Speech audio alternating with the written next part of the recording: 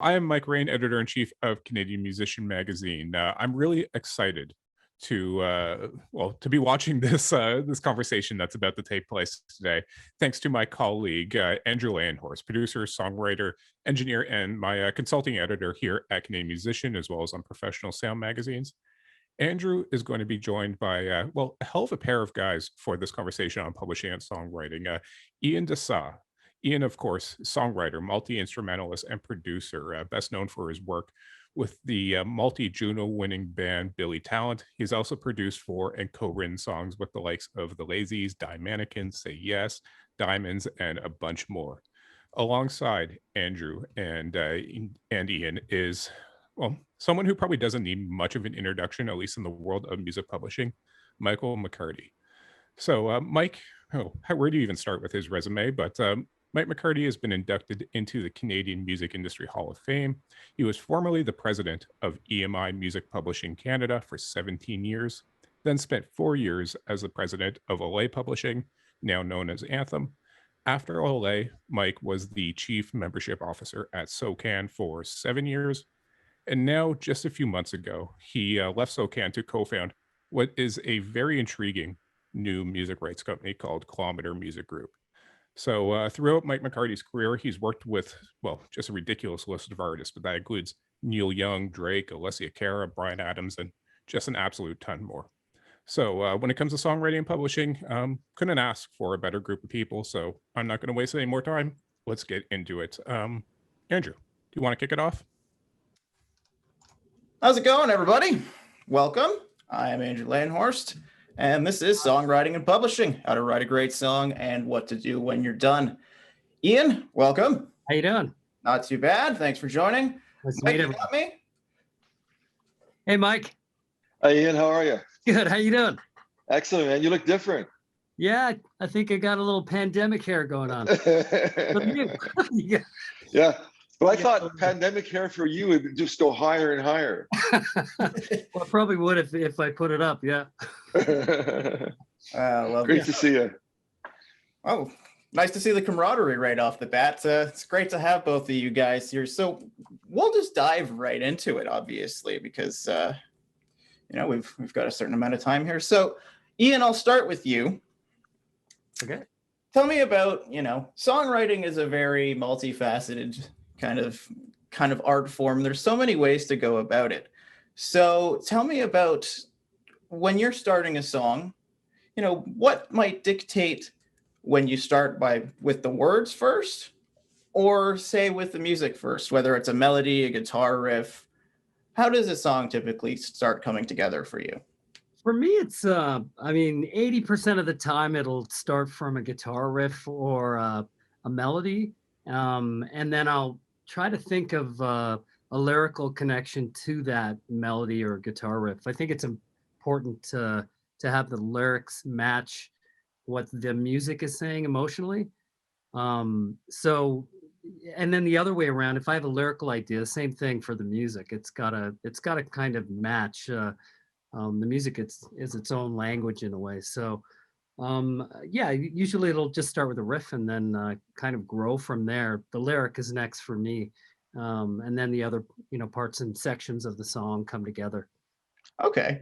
Do you find perhaps that you'll have, say, an idea or, an emotion, a story, something that you kind of have in the back of your mind about something that you want to write about? Would that then inform sort of what you're playing or that riff that you kind of start with?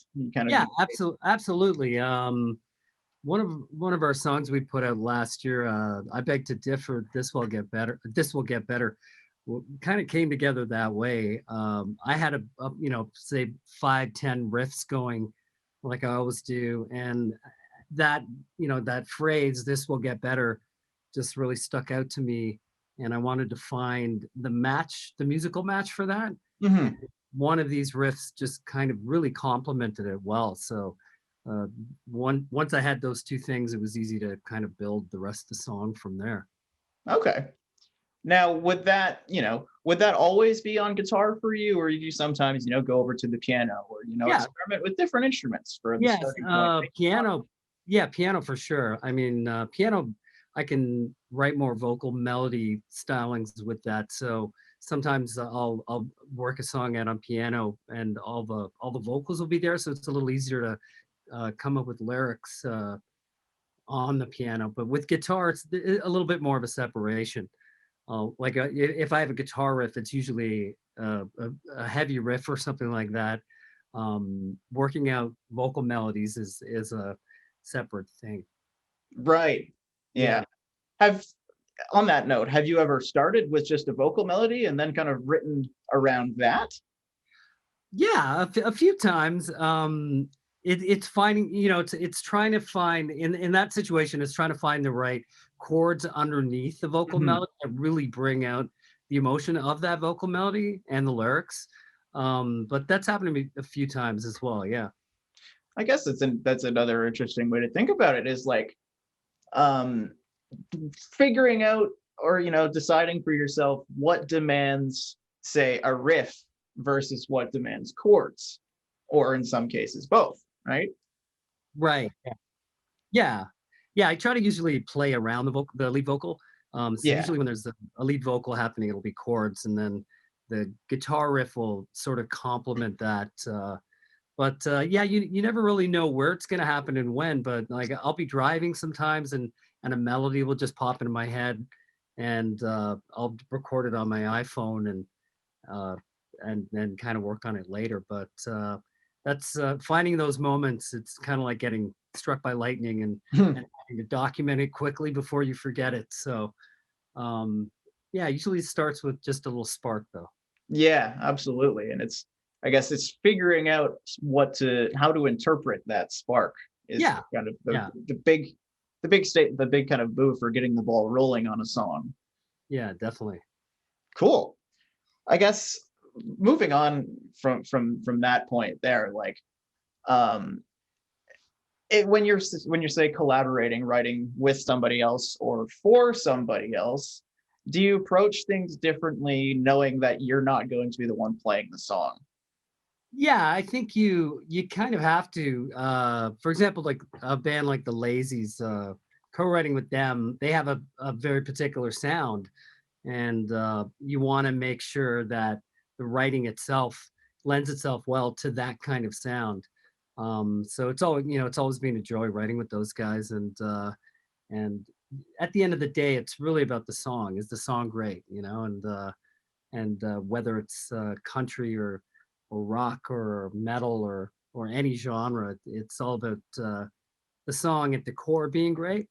Yeah. So, but you do kind of tend to lend it to that genre that the band plays in. Yeah, absolutely. And like you said, that sort of does dictate. Obviously, a good song is a good song, Yeah, but that very much the goalposts move depending on what the style is, I right. suppose. Yeah, no, But I guess as an overall kind of outlook, now that to totally flip that on its head, and what to you really kind of are the fundamentals of what makes a great song, regardless of genre? I think really at the core, it's whether it communicates some kind of emotion and makes people feel something. That's what a great song is to me. Um, the charting, charts and that doesn't really matter to me as much, because there's plenty of amazing songs that have been written that never really charted, but Mhm. make you feel something. So to me, it's that connection to be able to make someone who's listening feel any kind of emotion, whether it's like sadness or anger or make them laugh. It's really important to me. Cool. Kind of so kind of moving off of that, if you're say co-writing now, if you're working together with somebody else, you're writing together, um, typically how would you balance that? Or, would it depend on the project, say like what what capacity you're sort of being expected to help out versus, what you want to do? How do you typically work out a co-writing situation? It really depends on. I mean, if it's a collaboration between two artists, then it's kind of a 50-50 thing, right? But if you're co-writing the song together in a room and it's for a different artist, yeah, things might be different. It's really what it comes down to, how much you contributed to the song, and how much, like how far advanced and involved the song was before you even got there. It comes down to a lot of things. Yeah. Okay, cool. So just to get the first bit in here for Mike, Mike, how would you sort of approach things from a publisher standpoint in terms of, dealing with two different writers on a song or multiple writers on a song? How does that get dealt with in the publishing stage? Do you mean in terms of the splits? Yes. And right. Well, it's a great question, and a lot of people who are first starting to collaborate, are concerned about that, and it's interesting because over the years I haven't necessarily seen all that many fights about it, considering the potential for arguments to arise over splits and collaborations. I mean, it does happen, but I think that the number one rule of thumb is to settle on, if not the splits, then at least a philosophy of how the splits are going to be derived before you get in the room with somebody. So you end up with the same expectation. But and it depends partly on a couple of things. It depends partly on the culture of the music community you come from.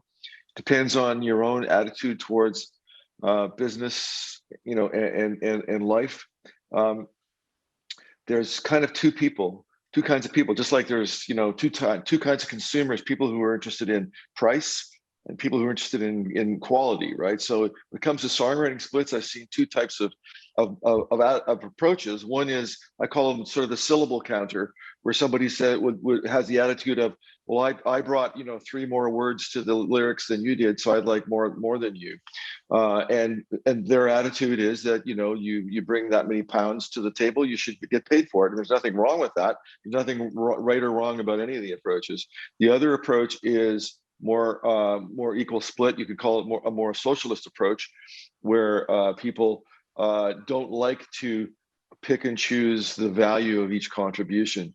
And so that really I think you have to decide on those philosophies first before.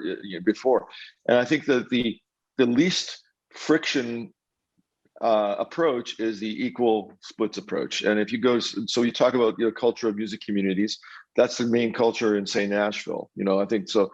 Very, very, not very often do Nashville writers have to talk about it before they get in the room. They just assume that it's going to be halves or thirds or quarters, whatever, how many people in the room. When you get into more modern pop situations and hip hop, it starts to be more fluid. And I find that these days people tend to throw around songwriting credits as almost as compensation for doing something else.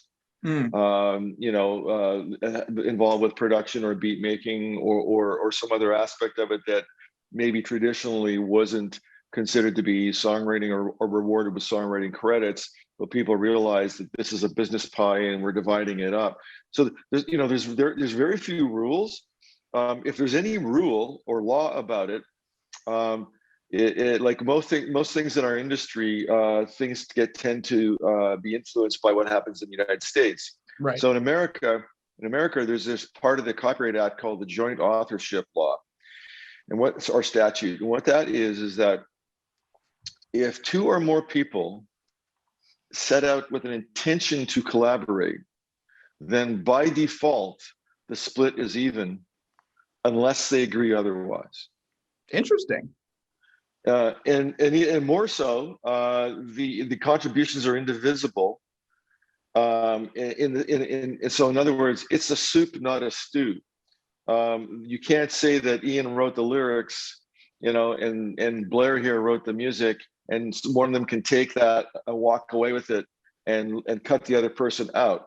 It's all a blend. Okay. Now, interestingly, Canadian law, and I'm a lawyer, so let me start with that. But Canadian law, my experience understanding is it's far less clear. It's more of a gray area and likely more influenced by British law, which is more like a stew than a soup. Right. But there's been such little litigation in Canada about it that it's really fairly unclear. So I think that a lot of the conventions in the business about the approach to splits are driven by the U.S.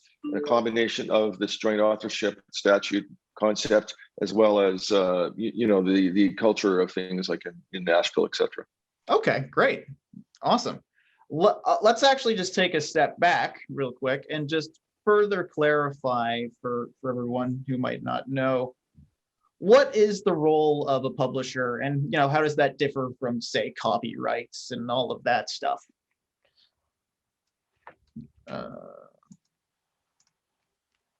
You're talking to me, so I'm unmuted now. Okay, sorry. Yeah. Right. So actually, very interestingly, I believe that, like some other people have been saying recently, that the term music publisher is a very outdated term. It implies that the publisher actively publishes, in the sense of, putting out books or whatever. That's certainly how the business started. Music publishing literally started as companies that would publish lyrics and sheet music to songs.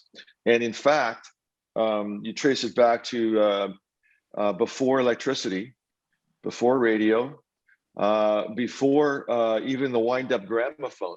Mm-hmm. And you can say, my favorite way to picture this is picture, say, New York City before electricity and with all the things I just described. And a typical family would have a piano, and they'd have a piano parlor, or somewhere in their living room where they have a piano, and multiple people usually in the family knew how to play the piano and read music. And their entertainment often after dinner was sitting around singing songs and playing the piano. And how did songs come into the public discourse then? Well, typically they came in through Broadway or some other live theater type of or a variety type thing. And so you'd be shopping in Macy's, and there'd be literally a person in the window with a piano playing the latest Broadway song. And you'd stop and you go, oh, I remember that song. I was at the play a few weeks ago. I like that song. And there'd be a stand there with all the sheet music, and you'd buy the sheet music. Mm-hmm. And that person was called a song plugger. And that term still exists in our business today.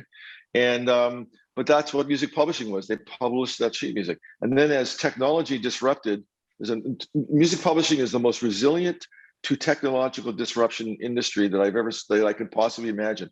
There's been so many technological disruptions of the business, and it just keeps adapting and pivoting. So the first disruption was when somebody came up with a mechanical piano. So no longer, this was a democratization of the creation of music.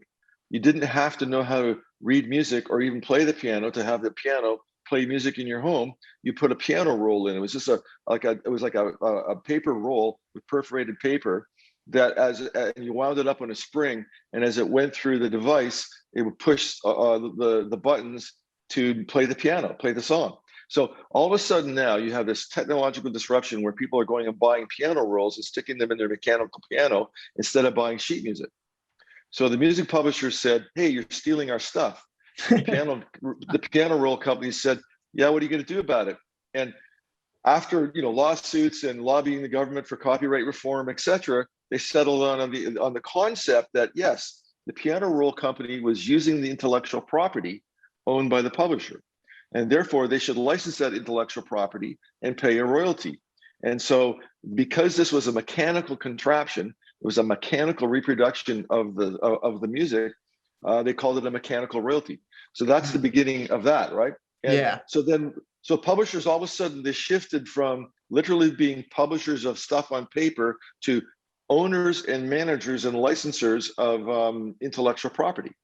And so then as things developed, technology developed with radio, with gramophone, with electronic records, singles, vinyl, CDs, downloads, and now streaming, it's always been now a case of, oh, we are an intellectual property company. These people are using our intellectual property that belongs to the writer, either jointly or originally. And so that's our business. So music publishers manage, own, and invest in intellectual property. And so that's really what they do now. And what do you need a publisher for? Three different things, potentially. It's either a menu or you want them all. At the beginning stage of your career, you tend to want a lot of career help and some money. Yep. So publisher can be a creative sounding board or creative support or creative mentoring, and give you an advance against your future royalties to get you so you can get up on your feet and survive for a while your career is developing. Then once you have music in the marketplace, you need that publisher to be a great administrator, to administer the royalties and issue licenses and negotiate the licenses, etc. And so depending on what part of your career you're in, you may want more or less of one of those things or all of them. So for instance, if you're an established writer, you may not care so much about the advance. You may really care because you've got a lot of music out there in the marketplace. You may care that they're a really good administrator. Mm-hmm. And you may want to get a really great deal based on the fact you don't need an advance and you get it's a really high royalty rate. So it really depends. And I think that for this audience, I'm sure that most people are interested in creative support and having people open up doors for them commercially, help them get their music out there. And certainly publishers do that. Great, thanks. Yeah. So Ian, I'll come back to you now. That was a really interesting story. I didn't know that about the piano roll, Mike. That's wow. Yeah. And where the term mechanical royalties comes from. That's right. Wow. Yeah. Karen in the chat points out that she's now looking for a piano roll on Kijiji. I don't know if the viewers might know, Michael McCarty actually signed Billy Talent, our band, to a publishing deal before we had a record deal when he was the head of EMI Publishing back in the day. And it was one of the best decisions we ever made because it allowed us to, be able to quit our jobs and work on music full time. And so he's a very special guy to us and helped develop the band in those early days before we got our major label deal. That actually plays really well into another question that I had for Mike, but we could sort of angle it a little bit differently. It was kind of along the lines of, seeking out a publisher, finding one originally when you're still in that early stage. So I guess, how did you guys find Mike? We were actually it came through Gavin Brown. We were looking for producers at the time, and he was kind of brought in by someone that worked for Warner Canada who were interested at the time but hadn't signed us yet. And Gavin introduced us to Mike, and it was a meeting that kind of changed our opinion on what to do, because we were at a point where we really wanted to work with a producer and develop things before going and making our full-length record. So yeah, I'm happy we took that route as opposed to signing to a label right away and then just being put into the studio without the time to develop. Yeah, it's freaky. Cool. Mike, I'll kind of continue along with this one here. From your perspective, Mike, like for artists who are just starting out, like what routes can they take to go about finding a publisher? Yeah, it's a great question. Thanks for the props, Ian. And I vividly recall that. I know that was a convergence of a few things. So Gavin was a songwriter that was signed to us at EMI Publishing Canada, and he's now actually a partner in my new company, Kilometer Music Group. And he also brought in 3 Days Grace to us too. And so Gavin called me one day and he said, I'm coming in to play you some demos of this band that I just came across. And I said, okay, come on in. And I, in my head, and this is often the case when the magic timing works out, in my head, I was looking for a group that sounded like At the Drive-In, but had better songs. And so Gavin came in and he told me the stories that it was Jen. Sorry, what was Jen's last name at Warner? The A&R person at Warner. Jennifer Hurst. Yeah, Jennifer Hurst at Warner, A&R person at Warner, was interested in signing Billy Talent, and as part of getting all her ducks in a row to present it to her boss, she knew one of the questions would be, who do you want to produce the demos? And so they started looking for producers, and they enlisted Gavin to see if he'd be interested, and Gavin loved it. And for some reason, for a moment, Warner hesitated, and I don't know what the real story is. And it's probably the boss didn't want to pull the trigger, because Jennifer, I know, was really into the band. So because that door was now closed, at least temporarily, Gavin said, well, I got to play it for Mike. So he came in and he played it for me. And I thought, wow, this sounds like At the Drive-In, only better songs. and so they were one of my favorite bands back then. And I remember they still are, but I remember that whole movement of that kind of sound hadn't come to the forefront yet. And that's right. And that's what the labels found appealing for Mine. Yeah, it was like you guys were cutting edge culturally, and like always happens, people who push the envelope on the culture tend to not necessarily be the ones to commercialize it or have the music that really appeals to a broad audience.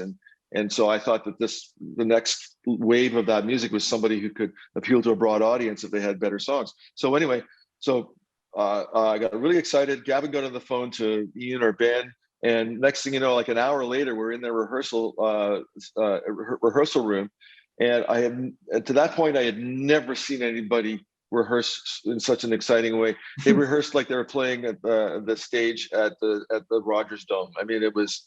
Ben was like flinging himself against the door physically between lines, and Ian was shredding, and it was just amazingly exciting, you know. So, it was neat to hear Ian talking about the role that piano plays in his writing and the melodies in that, because I remember actually watching him probably discover that the role of a piano in his songwriting in our office, as we were talking about, sitting around with Gavin and him and talking about the songs, the songwriting, and his guitar playing versus what's a song element versus what's an arrangement element.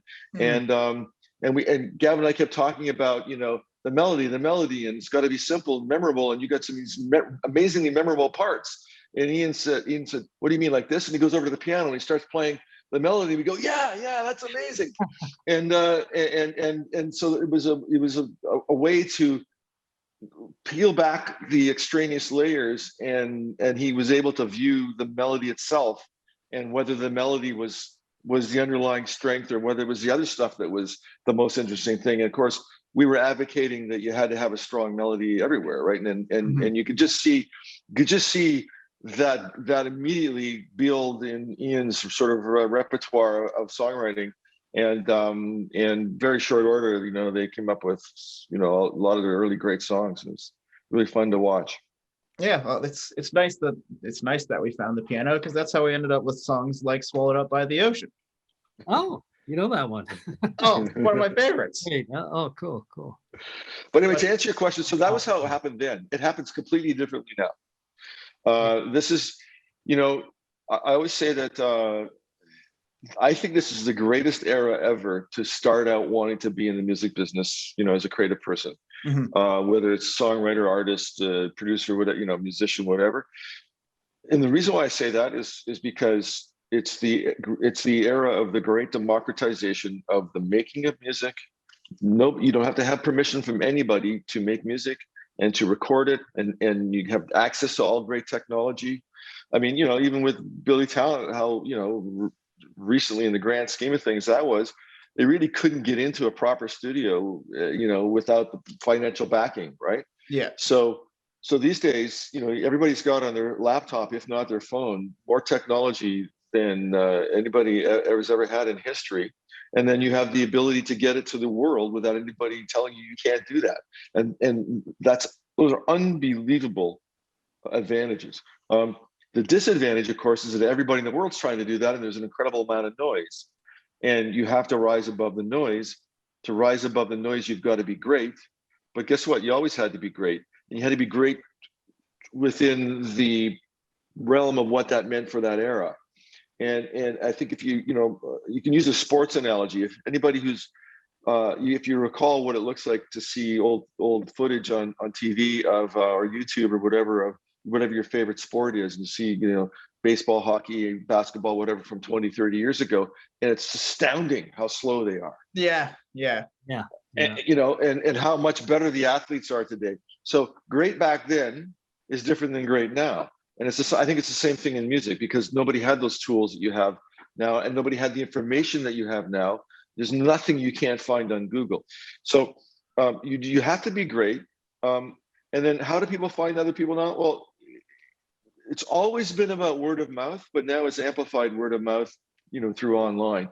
And of course, people are using data a lot, but it's still a combination of, you know, yes, most publishing companies and most record companies have, you know, a lot of A&R staff now devoted to analyzing the data that's available on Spotify and, you know, SoundCloud and TikTok and what have you.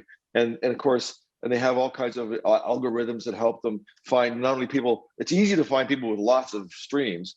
It's harder to find the people who's gone from 500 streams to 5,000 in 2 days. And so they have technology that helps them find the things that have a lot of velocity. And so that is a very big part of it, but there's still an awful lot of word of mouth, and the word of mouth comes from fellow creators who are maybe above you on the ladder or a little bit ahead of you in their career, other people in the business, because those you know, if you're Ian, you know, I'm sure Ian's got lots of people following him on social media that can, you know, DM him, and once in a while, you know, he might listen to something and go, whoa, wow, this is pretty good, and that person has gravitated to him almost like he's a record company in the past. And then now Ian gets to go, oh, this guy's really good, or this woman's really good, and maybe I'll work with them or help them or tell somebody about them. Yeah. It's really, it's still all that way. Yeah, it feels like the days of the gatekeepers has kind of come to an end. You know what I mean? Like everyone's accessible, and there's so much music, and it's so much cheaper to make your own music these days at home. Yeah. Not if you're, you know, a 7-piece rock band or something, but I mean, even for us, like we do most of our recording in our own studio here, and there's no need to go, you know, to huge studios and make a record anymore. But to be able to do that in this day and age is pretty amazing. Like make a recording on a laptop and then have, you know, with social media, you can access people and they might like your music. But as Mike said, there's just a lot more noise now. I mean, you have a lot more music out there, so the stuff that's the best is just going to rise to the top. Great. Yeah, that's great stuff. Ian, we'll come back to you here. Back to some more of the writing stuff. I guess let's talk about your approach to lyrics. And, you know, the music aside, obviously there needs to be that correlation between the music and the words. But how do you approach writing words? It's you know, usually like the guitar riff or piano riff or melody will inform some kind of a idea. I kind of call it the identity of the song, and maybe it's something that needs to be said or is important socially, or something, you know, you've written about an experience you had that you just kind of want to get off your chest. But whatever it is, it's got to be able to connect with other people and have them who are listening to it find something in that connects with them. And so it'll usually start out with the chorus idea or something like that, and then Ben and I will usually get in a room after that and iron out all the rest of the lyrics. Right. So like how concerned are you with things like rhyme scheme and, you know, all that stuff? I mean, yeah, obviously they have to rhyme, but yeah, you want it to be great at the end of the day, and as long as it works, then, you know, some things rhyme and some things don't have to, but as long as it works within the context of the song, I find. Yeah, because the reason I ask is because obviously there are, you know, plenty of songwriters out there that aren't really musicians and just want to, you know, write songs for other people and stuff like that. So it's right, yeah. But those are tools to use. I mean, like online Thesaurus and Rhyme Zone and things like that. It's so easy to use, you know, these days.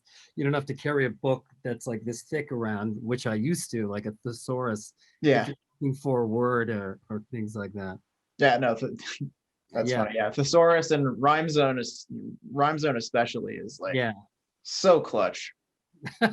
Like, I've spent a lot of time on there, and I guess, yeah, it's an interesting thing. Like, I guess in terms of your own process, like within Billy Town, like you said, you kind of work with Ben to iron those out. Like, how do you guys decide who does what in that regard? Do you just kind of just do everything together? It generally, depends on how far the lyrics have evolved. Like sometimes I'll usually start out with the chorus, and then Okay.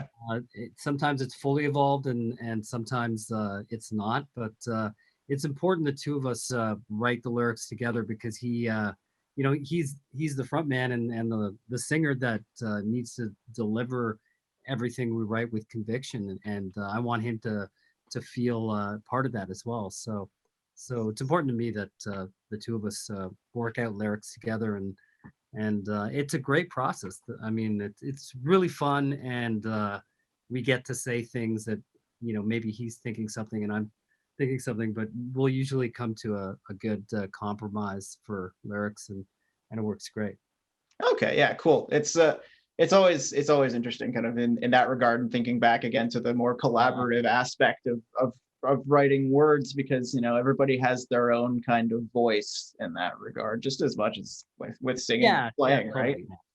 Yeah, definitely. Everybody's bringing their own thing, and I guess that what you bring to that changes depend on who you're writing with. So writing with Ben is going to be different from writing with the guys from the Lazy, Yeah. for example. It's a lot. I mean, it's a lot easier. I've known Ben for over 30 years, so it's since high school, so it's a little easier. But when you're working with someone, say, new, you kind of have to break the ice pretty fast and get going and get to know them, because working on music and lyrics together, co-writing, is a very involved thing. So you just want to get to know them as fast as you can. And Yeah. With the Lazies, that was pretty easy. They're just fun guys, and we hit it off right away. We both shared the love for bands like AC/DC and old 70s rock, and that's kind of what inspired our writing together. Yeah, cool. Yeah. You mentioned that typically lyrically, or you'll kind of start with a chorus. So I guess that is to say, there's not really any particular order that a song needs to be written in. Yeah, I don't think there is at all. I think the chorus is probably the most important part of the song, and the identity of the song is the title, that's 90% of the time within the chorus lyric, right? So Yeah. that to me is the thing that kind of is the umbrella of what everything underneath is written about. Okay, yeah, because I guess just that idea of, like, if you're approaching a song, it doesn't necessarily need to start at the beginning, so to speak. Yeah, it doesn't need to start in order. Like I'll work from the chorus into a verse, and then whatever I feel inspired or comes up first, sometimes even the bridge, so there's really no order to things. And if the lyric isn't super strong, but for some reason is working great, it usually sometimes to me will become a verse part. You know what I mean? Like, Yeah. if it's helping to tell the story, but isn't kind of like the banner head of what the chorus should be, then it'll go to the verse section. Right.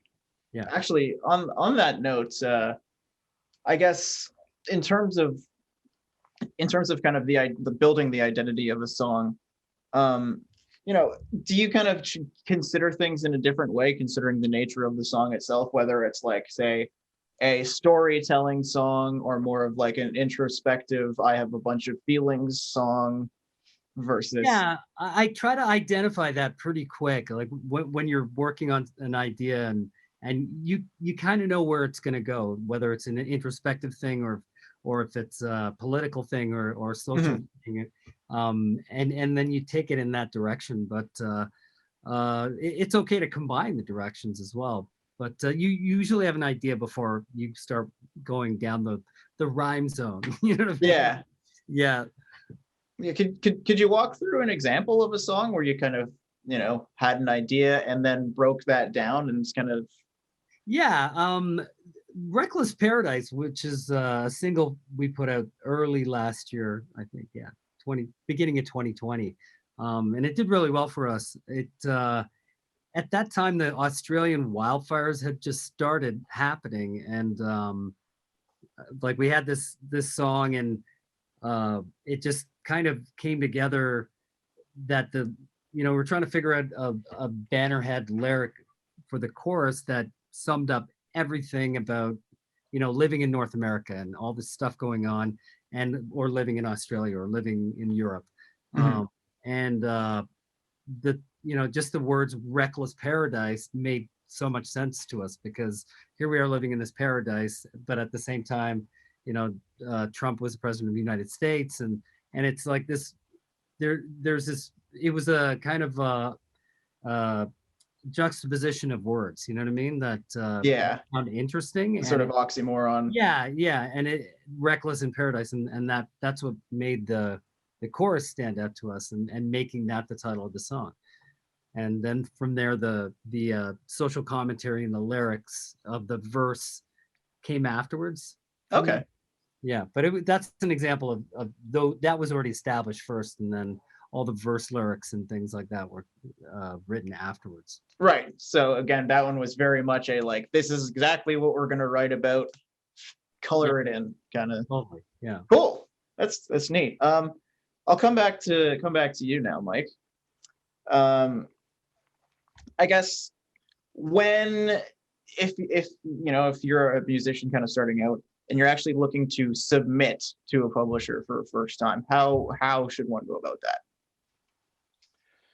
Yeah, it's difficult. It is difficult to get your music heard by companies in the business, especially just by submitting them cold and blind. When I first got my first job in music publishing, I had been on the other side of the fence for a while. I was a failed drummer, and then a failed recording engineer, and a failed record producer. And but while I was a record producer, I was finding and developing bands, and making demos, and trying to get record deals for people, trying to get record companies to hire me as a producer. So I was used to submitting music from that side of the desk, and I found it very frustrating.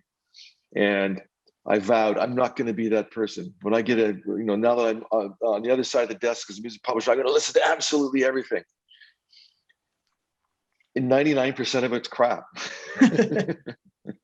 and that's just a fact. And now where everybody can make music and post it on the internet, there's even more crap than ever. And so the companies just they have to have a way to sort of whittle it down to, separate find the needle in the haystack sort of thing, right? So so very few companies will really openly and willingly accept submissions just from out of the blue. So how do you get around that? Well, I wouldn't discourage anybody from still trying, because listen, miracles happen, and people, shotgun music out there, and sometimes somebody listens, and sometimes they like it, and sometimes something happens, but it's very few and far between. But if that's what you're going to do, you have to look at it from the recipient's point of view. They're extremely busy people. They probably don't want to listen to it anyway. And so you have to approach them in a way that kind of overcomes the bias and the resistance to wanting to listen to something that's from somebody completely unknown and unheard of. Make it easy for them. Don't send MP3s and clog up their inbox. Send them links. Follow them on social media. Try and maybe, if you can, build a relationship by following them and commenting on their stuff or whatever, or their pitch or their posts. Maybe they'll communicate with you directly. You can send them links. And don't for getting your music around, and not only from you to the industry, but within the industry, like say a record company promoting a record, or a publisher promoting a song, or a songwriter, and you promoting yourself. It's about transmitting enthusiasm for your music. And you have to think that this is the greatest song ever and you have to have that true belief, and you have to be able to transmit that excitement. If you say, well, here's 10 of my things, what does that say? It says it's got 10 things. But if you say, this is the best song you've ever heard in your life, That's different. Yeah. And guess what? You can only have one best song in your life. You can't have 2 or 3 or 5 or 10. So come at it with whatever your best song is. If you can't figure it out, get your friends and family to help you figure it out. Come with that. Now, I always say you can have serial best songs. Like, so if they don't think that's the best song you've ever had in your life, then a little while later you come back with a new song you're excited about. That could be the best song you've ever had in your life, but you can't have 2 at once. So that would be another suggestion. The other thing, again, is as I said earlier, these days, a lot of, everybody's out there looking for people making noise. And the noise used to be, people in the industry, the live industry of Club Booker, people like Karen Bliss, knowing about music, to have their finger on the pulse of the street and them talking about it. And that was what constituted noise. Nowadays, noise is on social media. End of story. And various companies have their own kind of metrics about, they're not impressed until you've got 25,000 monthly, listeners, or whatever their own stats happen to be. But that's how you do it. And so that's just one more medium you have to master. Right. Cool. Just we'll get into the Q&A soon. We're getting close to our time here.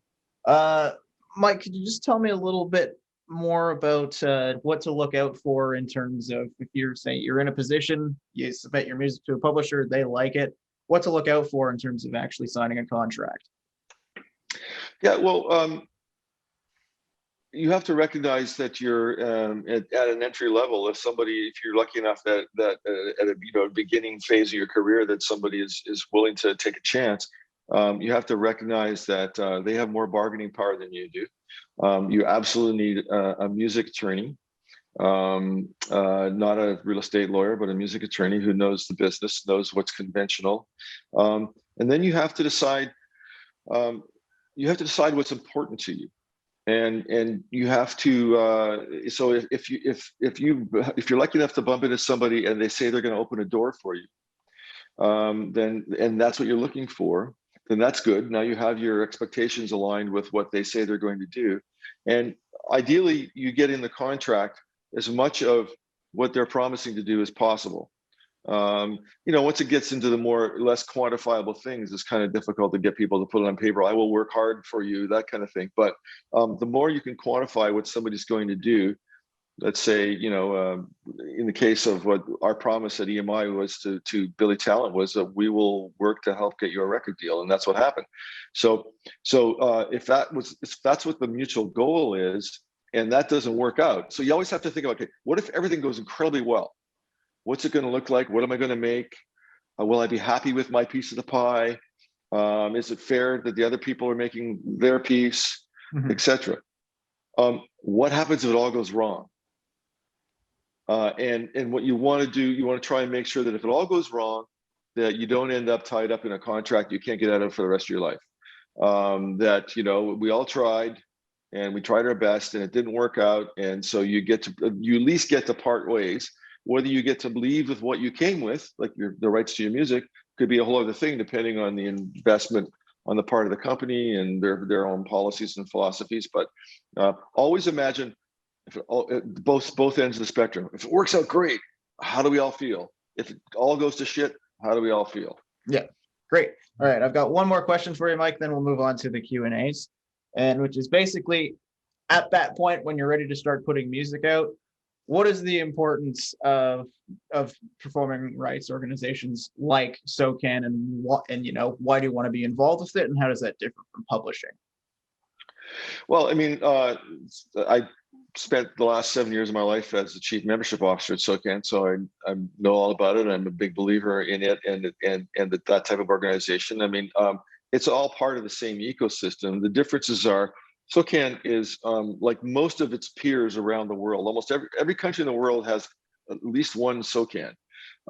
United States, of course, has 5.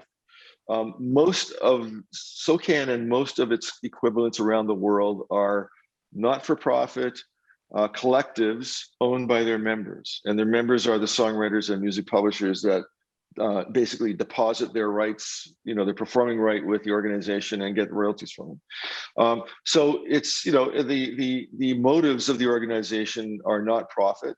So the motives of the organization and the owners are the members and the songwriters and the publishers. So they set the rules, and they hire and fire the CEO and et cetera. So it's a more artist-friendly type of environment, and it's there to protect your rights and ensure you get paid properly for them.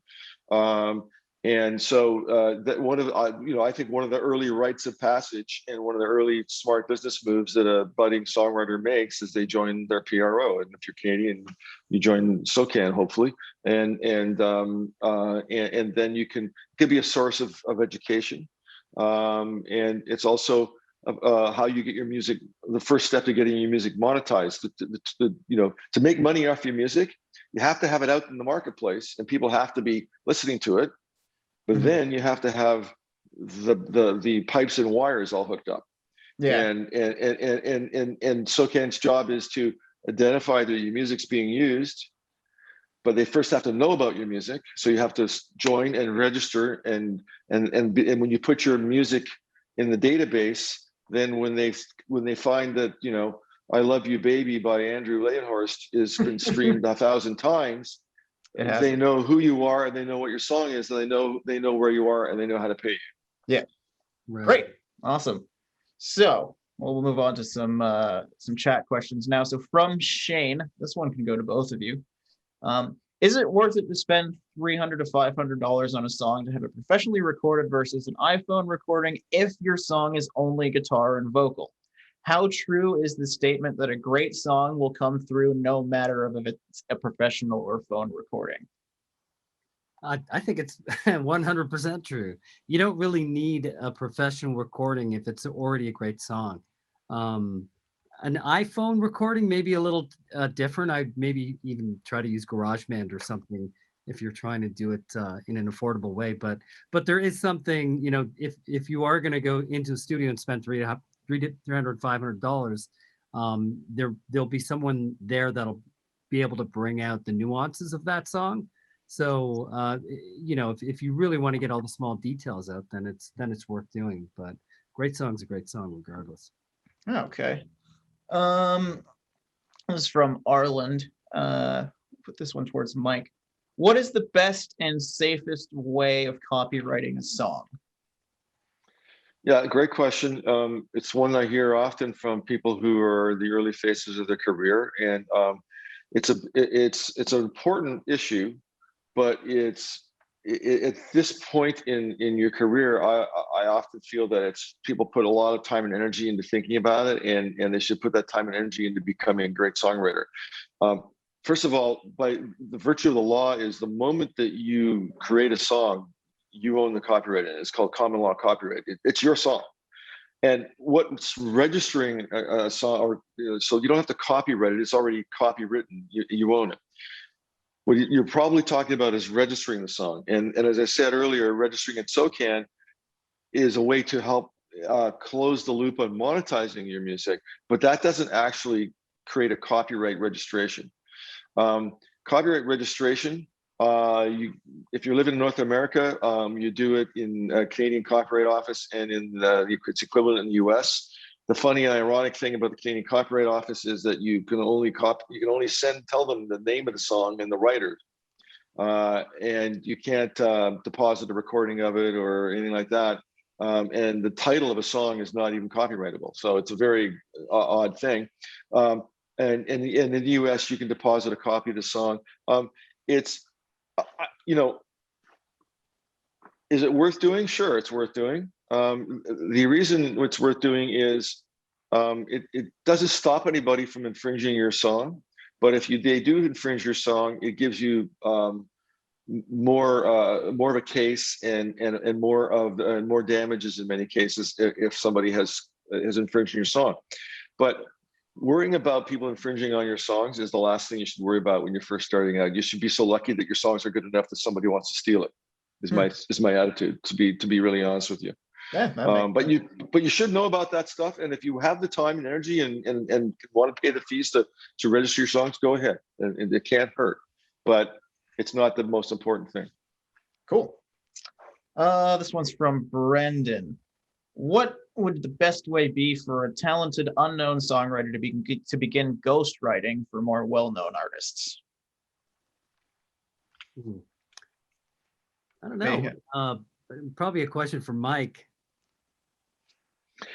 Well, it's really no different than well, if you mean by ghostwriting, you mean writing with not getting any credit for it. That's sort of a real specialized niche, a subset of just being a songwriter, writing songs for other people. So let's say that that's what the subject is. It's no different than being an artist writer.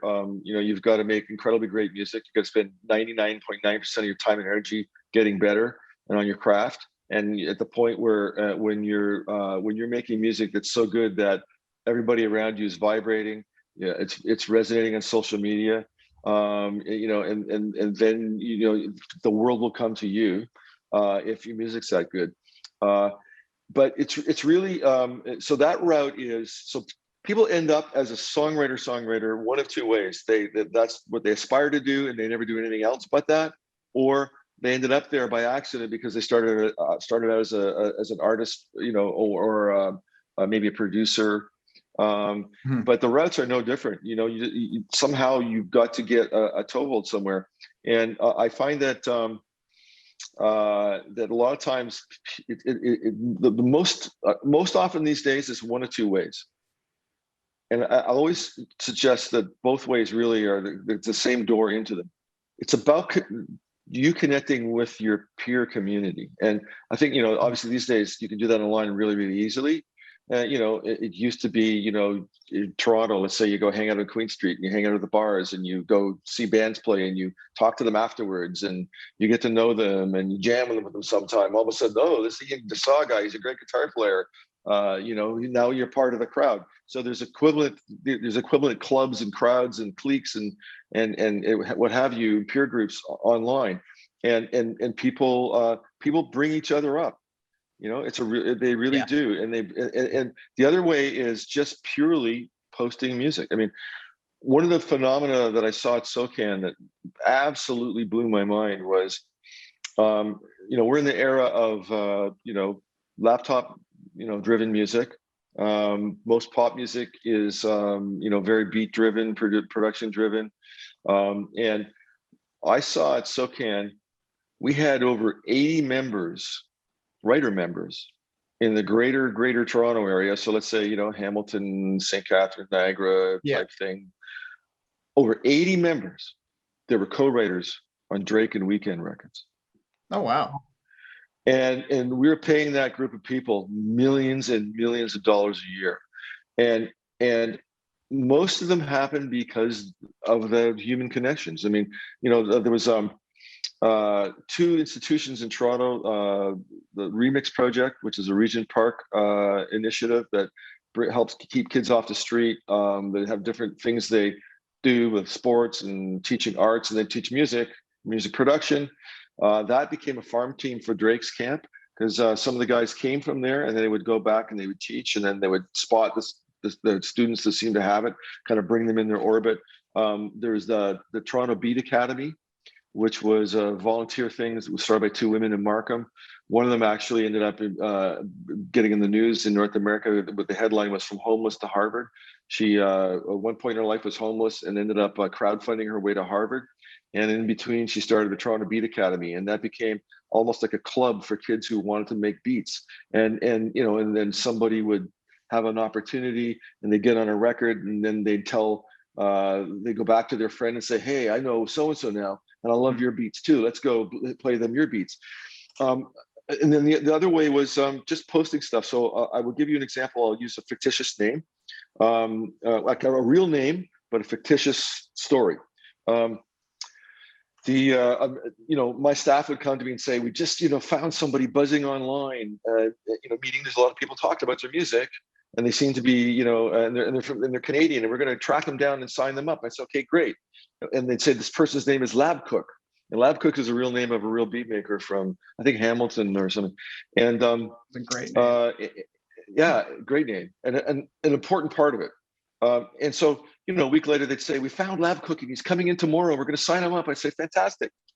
And then, they'd be knocking on my door, and my staff standing there, and there was this 17-year-old kid standing there, and like a regular kid, and they go, Mike, this is Lab Cook. You go, you're Lab Cook, and you realize that this person was brilliant at creating a persona, an alter ego, and made really good music, and they were really good at promoting themselves in social media and connecting with people. And I think typical of that type of story is they would be follow their favorites, the people they admire. Yeah. And somehow they DM them, or somehow they make some sort of connection. And next thing you know, that person hears their music and go, wow, this is great. I can use that on a record I'm producing. And so by time we're signing, and this, as I say, this isn't Lab Cook's story personally, but that type of story. We'd sometimes give these kids $250,000 check when they signed up, because they have that many royalties in the pipeline, because of the thing that got in a record because of what they're doing online. But that's what I said earlier, the ability to promote yourself in social media is an incredibly important part of it. Mm-hmm. If Lab Cook used his real name, I forget his real name, but it's something like, say, Grant Dexter or something, John Smith or something. Yeah. Not as cool as Lab Cook, even however cool his real name is. Dave. Dave what? Just Dave. Oh yeah, Dave. Not as cool as Ian DeSaw. That's cool. But you see what I'm saying? But that's no different than putting pieces together to be a successful recording artist. I mean, almost every successful recording artist I can think of is a character. And they're either an alter ego or a cartoon amplification of their real character, or maybe a blend. And so, and that's what people are doing. And that's how they get somewhere. So even in the songwriting part, melody and lyrics, professional songwriters look at the credits out there, and more often than not, either the individual songwriter has a character name, a street name, or their group of their collective of writers, they have a name. Like the first one that I can remember was The Matrix, that did Avril Lavigne's first record, right? So it's branding. It's like you have to have great music, but you have to know how to sell yourself too. Right. I had a question about that, Mike. So pre-internet, would a writer, going back to that last question, like would a writer seek out a publisher who maybe would have access to bigger artists that they could become a ghostwriter for? Yeah, I mean, once again, ghostwriters, I've never personally been involved with a situation where somebody wrote for somebody and didn't get credit knowingly, that was part of the plan. Right. But if you mean just being a co-writer or a writer, be a writer. Yeah, absolutely, absolutely, and that's happened all the time, and it still happens. As I say, but the way you hear about people is different. And the publishers have their own connections, and they help get you in a room. And also these days, there's very little. I'm not saying never ever, but there's very little placement of finished songs happening. Even in Nashville, it's now probably the minority of situations. That finished song is really your calling card. If everybody goes crazy about a certain song, oh my God, you're a great songwriter, and come on over here and we'll help you get co-writes, we'll help you get cuts. Well, it's very, very infrequent that finished song gets placed. Mm-hmm. And more often than what happens, 99% of them or 90% of them or whatever of covers or cuts happen because they get you in the room with the artist, and you write with the artist, or secondarily, say, with the producer, and you're writing with the producer for another artist. So it's very rare that a finished song makes it onto a record like that. Yeah. Cool. You guys good for like 10 more minutes? Sure. Yeah. Cool. We got just a few more to catch up on. So for Ian, this one's from Alexander. What's your songwriting backlog process? How do you organize the songs you've written, and what stages does a song go through in your process? Songs that have been written and ended up on a Billy Talent Records, or just in general, like it's just in general, I'd say, like once a song's in the can, like so what's well, I still have like a ton of song parts, songs that never got finished, dating back 20 years that they kind of just sit on a shelf, or in this case on a hard drive, Yeah. and or on my iPhone, and they every now and then, like, you might need a part that just wasn't working with anything before it, and I kind of flipped through my old ideas, and maybe that's the piece of the puzzle that will work with the new song you're trying to write. But yeah, I do have like older songs that just never made it to a Billy Talent record or a Lazy's record or things like that. Cool. This is an interesting one from Chuck. It's very, very wide open, but I'm interested to see what you have to say. How do you write a song starting from a blank sheet of paper? From a blank sheet of paper. Well, if you're writing lyrics, think of something that really, really moves you and you think will move other people emotionally, and then just go from there. I think it's just got to have an identity first, right off the bat. Or you can just start, writing your thoughts, and something in there will be that, and then you just kind of pluck that out and start focusing on everything around it. Mm-hmm. Cool. Yeah. Can I answer that question? Sure. I'm not a songwriter, but many songwriters who I admire, one of the things they do is they find ways of putting themselves in a position to just overhear real people being real people. So whether it's at a restaurant or bathroom in a club or whatever, and many of them are inspired by just shit that people say, and a lot of the great the great catchphrases and titles in history have come that way. That's okay. Better answer than mine. Really good. Basically, I think what it boils down to in that regard is, again, just take some thoughts, whatever ideas, look out the window, see what's in the world.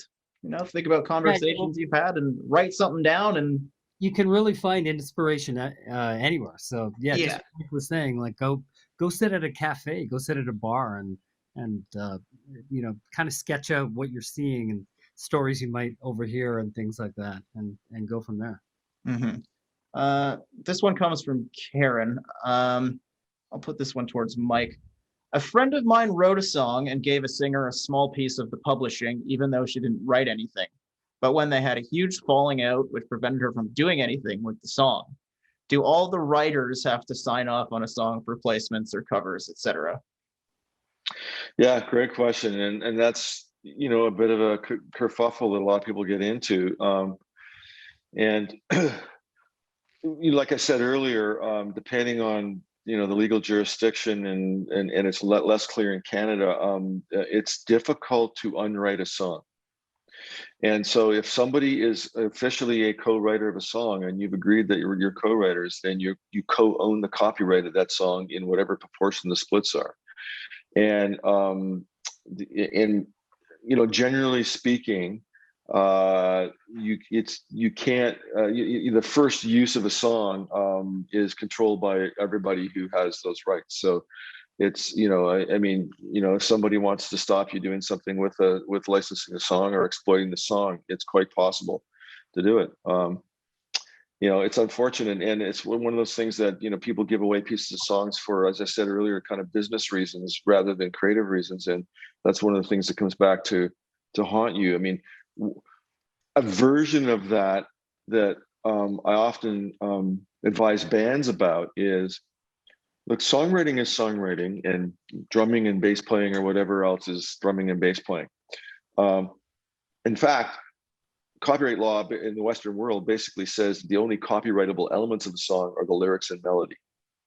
And there are some exceptions, notable exceptions to that, but just keep that concept in mind.